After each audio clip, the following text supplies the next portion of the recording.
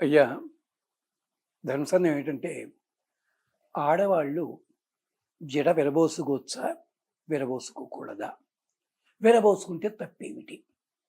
అలాగే ఆడవాళ్ళు వస్త్రధారణ చేసినప్పుడు ఈ మధ్యని జీన్స్ ప్యాంట్లు వస్తుంటాయి కదా! అవి చిరుగుల్లా ఉంటాయి. అలాగే అది చిరుగులు ఫ్యాషన్ అయిందనుకోండి. అసలు చిరిగిన బట్టలు గాని, మాసిన బట్టలు గాని ధరించవచ్చా? ధరించకూడదా? ఒకళ్ళు ధరించిన వస్త్రాలు ఇంకొకళ్ళకి దానం చేయొచ్చా? చెయ్యకూడదా? ప్రమాదం జరుగుతుందా? ఇది ప్రశ్న. ధర్మ సందేహాల పేరుతోటి పచ్చి వెలక్కాయలు వరుసగా నా గొంతుకులో దింపేస్తున్నారే. చెప్తే ఒక తంట, చెప్పకపోతే ఇంక మంట. ఇలా ఉంటుంది. మంచిది. మొదటగా జడ విరబోసుకోవడానికి సంబంధించి మీకు ఒక గాథ చెప్పాలి. సీతమ్మ వారిని హనుమంతుడు చూశాడు. ఎవరమ్మా నువ్వు అన్నాడు. గంధర్వకాంతవా, మరొకట ఇవన్నీ అడిగాడు. మామూలు బయోడేటా. అప్పుడు ఒక మాట అన్నాడు. అమ్మా, ఇంత సౌందర్యంగా ఉన్నావు, జడ విరబోసుకునున్నావు నువ్వు అంటే భర్తకి దూరం అయ్యావా నువ్వు? లేదా భర్త మీద కోపం వచ్చిందా నీకు? లేదా నీ సోదరుడు కానీ, తండ్రి కానీ, మరొకళ్ళు కానీ ఏమన్నా ఇబ్బందుల్లో ఉన్నారా? ఏమిటమ్మా, జడ విరబోసుకోవడమే కాదు, మాసిన వస్త్రం ధరించావు, చిరిగిన వస్త్రం ధరించావు. ఆవిడ కట్టుకున్న పైటి చెంగు చిరిగి ఉంది. ఆ పైటి చెంగు ముక్కే కిష్కింధ లోపల ఆ కొండకు అంటుకుంటే హనుమంతుడు చూసి పట్టుకొచ్చి నగలన్నీ దాంట్లో మూట కట్టి పెట్టాడు. అక్కడ ఇది జరిగింది. ఎందుకమ్మా ఇది? అంతేకాదు, రోదనాత్ భూమి స్పర్శనాత్, ఏడుస్తున్నావు కంటి వెంట నీరు, దేవకాంతవి కాదు. నేలని తాకి కూర్చున్నావు, దేవకాంతవి కాదు అన్నట్టు అన్నీ ప్రమాదం. జుట్టు విరబోసుకున్నావు, విరబోసుకున్న జుట్టు పాదాలకి తగులుతోందమ్మా. ఇది శనికి సంకేతం. ఎవరమ్మా నువ్వు? ఓ, నువ్వు మానవకాంతవి, రాముడి భార్యవి, గుర్తుపట్టానన్నాడు. అంటే జడ విరబోసుకుంటే మిగిలిన పక్కన ఇట్టే పెట్టండి. భర్త మీద కోపం వచ్చిన వాళ్ళు జడ విరబోసుకుంటారు అని అక్కడుంది. భారతంలో చూస్తారా, మహాతల్లి ద్రౌపది భీముడు అన్నాడు, నేను వచ్చి మళ్ళీ జడేసాక జడేసుకోవద్దన్నాడు. సరే సంతోషం, భర్త మాట వింది జడ వేసుకుంది. జడ విరబోసుకోవడం కాదండి, భీముణ్ణి ధర్మరాజుని వీళ్ళందరినీ పట్టుకుని 12 ఏళ్ల పాటు నానా యాతన పెట్టింది. ఎలాగో తెలుసా? రోజుకు పొద్దున్నే రావడం, ఇప్పుడు హెయిర్ స్టైల్ ఇలా అనుకోవడం వాళ్ళ ముందు. అంటే నీ వల్లే కదా నాకు ఈ ప్రమాదం జరిగింది అని చెప్పి. దీనికి తిరుపతి వెంకటగౌలు పాండవోద్యోగం నాటకం రాస్తూ దాంట్లో చోట కృష్ణుడు రాయబారానికి ఎడుతున్నాడు. రాయబారానికి ఎడుతుంటే అక్కడ ద్రౌపది కోసం ఒక డైలాగ్ రాశారు. ఏమిటో తెలిసిన, అక్కడ బ్రాకెట్లో ఉంటుంది. ఏమిటది? ద్రౌపది తన కుళ్ళను ముందుకు ఇలా జారవిడిచి, కృష్ణ అన్నా నీవేగుతుంటివా అని డైలాగ్ మొదలవుతుంది. చాలామంది యాక్ట్ చేసేవారు కాదు, కానీ వాళ్ళు చేసిన వాళ్ళు చూసాం మేము. ఎందుకని? ద్రౌపదీదేవి వేళాకోళం చేసిందే.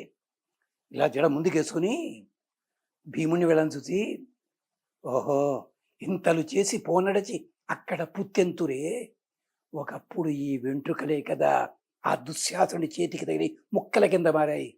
అవును కానీ నీకు నీలాంటి వాడు అన్నయ్య ఉండగా నాకు గతి ఏమిటయ్యా అంది ఉద్యోగపరంలో. గమనించండి. అంటే జడ విరబోసుకోవడం దేని సంకేతం అనమాట? మొగుడి మీద కోపం వస్తే ఒకప్పుడు పూర్వకాలపు స్త్రీలు చేసేవారు. అంటే ఫ్యాషన్ తప్ప అండి? అమ్మా, ఫ్యాషన్ కోసం ఒక అమ్మాయి చేసిందమ్మా. ఎవరో తెలుసా? పద్మావతి. కంగారు పడకండి, ఏదో తిరుపతి కథ ఏమో. ఆ పద్మావతి కాదండి, ఉగ్రసేనుడి భార్య పద్మావతి. పెళ్ళయ్యి పుట్టింటికి వెళ్ళింది. పుట్టింటికి వెళ్తే చెలికెత్తలు ఆడటం లేదు.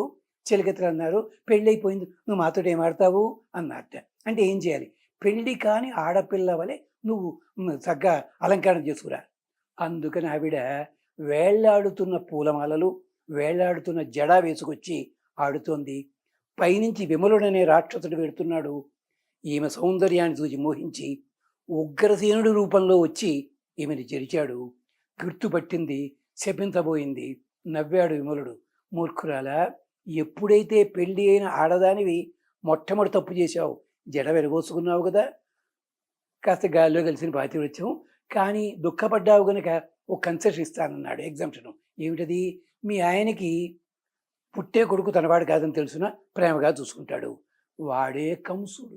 గమనించండి, భాగవతంలో కథ ఉంది, హరివంశంలో కథ ఉంది. చూడండి ఈ ప్రమాదాలు. అంచే తల్లులారా, జడ విరబోసుకోవడం ఉన్నది ఫ్యాషన్ కాదమ్మా.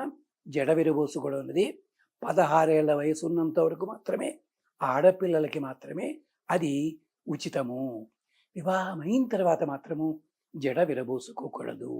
15 ఏళ్ల లోపల ఆడపిల్లలు కూడా చిన్నప్పుడు విరబోసుకోవచ్చు, కానీ పెద్ద అయిన తర్వాత కాస్త జడలు అల్లుకుని లేదా చక్కగా ఒక ఏమన్నా రబ్బర్ అలాంటి పెట్టుకోమని నియమం ఉందమ్మా.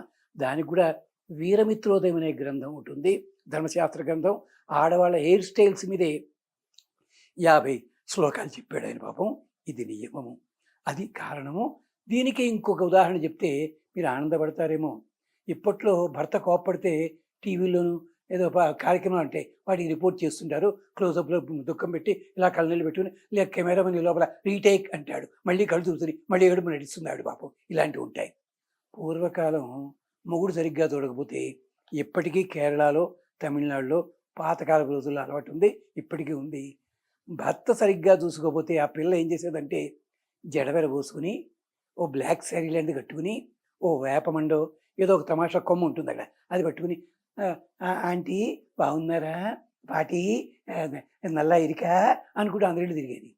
ఎప్పుడైతే పిల్ల విరబోసుకుని చేతిలో ఇది పట్టుకొచ్చిందో ఇంట్లో ఏదో గొడవలు ఉన్నాయని అర్థము. ఇప్పటికీ ఇది నమ్మాళ్ళు వాళ్ళ పాశురాల్లో ఇది సూచించారు ఆయన. ఎంత ఉందమ్మా. అంచేత దయచేసి ఏకాంతంలో ఉండగా, భర్త ఎదురుకుండా ఉండగా నాసుక చేయకని మరుడే దాసుడు కాడ ఈ పాటలు పాడుకోండి, మీ ఇష్టం. 3 జళ్ళు వేసుకుంటారు, 10 జళ్ళు వేసుకుంటారు, లేకపోతే డ్రైవర్ పోసుకుంటారు, ఏం మీ ఇష్టం, వద్దంటలేదు. కానీ దయచేసి పూజలు చేసేటప్పుడు, బయటికి వెళ్ళేటప్పుడు క్షమించాలి. మనం ఉద్యోగాలు చేస్తున్నాం, ఒక పదవిలో ఉంటాం, అలాంటప్పుడు ఇలాంటి హెయిర్ స్టైల్స్తో ఉండకూడదని నియమం ఉంది, గమనించండి. ఎక్కువ మాట్లాడితే ప్రమాదము. ఒక ప్రభుత్వాధికారిని ఢిల్లీలో చాలా మంచి పనులు చేసింది ఆవిడ ఒకప్పటి రోజుల్లో. ఎప్పుడు 1970 ప్రాంతాల్లో. ఆవిడ పొరపాటున ఒకసారి ఒక సభకి జడ విరవోసుకుని వెళ్ళింది. వెంటనే అక్కడ అధికారి ఆమెకి నోటీస్ ఇవ్వడం జరిగింది. ఇది 65-70 ప్రాంతాల్లో జరిగింది. న్యూస్ పేపర్లు. అక్కడ గౌరవంతో ఉండి, నువ్వు నీ ఇంట్లో ఉంటే అభ్యంతరం లేదు, అధికారినివి, గుర్తుపెట్టుకో. అంచేతక్కి అలాగే మొగాళ్ళు కూడా కేశములు ఉన్నాయి. అడ్డగోలుగా దుట్టేసుకుని ఇంటర్వ్యూకి వెళ్ళండి, వాడు గెట్అవుట్ అంటాడు. లేకపోతే ఉద్యోగం ఇస్తే ముందు బార్బర్ని పిలిచి హెయిర్ కటింగ్ చేయించురా అంటాడు పని పట్టుకుని. నియమం ఉందమ్మా. ఇది ఆడవాళ్ళకే కాదు, మగవాళ్ళకు కూడా ఇది నియమము కాదు. ఆఖరికి దమ్ముదో దాన్ని చెప్పా, టైప్ రైటింగ్ పుస్తకంలో కూడా ఉంది. ఆడవాళ్ళు వేళ్లాడుతున్న జడ కాదు, ముడి వేసుకోవాలి. వేళ్లాడుతున్న జుట్టు కాదు, దాన్ని అక్కడి నుంచి వచ్చిన బాబుని హెయిర్ ఉంది, అక్కడి నుంచి వచ్చిందని మహాప్రభు. ఇప్పుడు 50 ప్రాంతాల్లో వచ్చింది, అది ఫ్యాషన్ అయిపోయింది ఈరోజు. ఏం చేస్తాం, సంతోషం. గమనించండి, ఇవన్నీ కూడా మనకి గ్రంథాల్లో ఉన్నాయి, వెతికే ప్రయత్నం చెయ్యాలి. ఇంకా ఏమన్నా అయితే కొన్ని మ్యాగజైన్స్, నార్త్ ఇండియా మ్యాగజైన్స్లో ఒకప్పటి రోజుల్లో ఇలాంటివన్నీ కూడా సైంటిఫిక్ రీజన్స్తో వ్యాసాలు పడేవి. గమనించండి. స్వస్తి.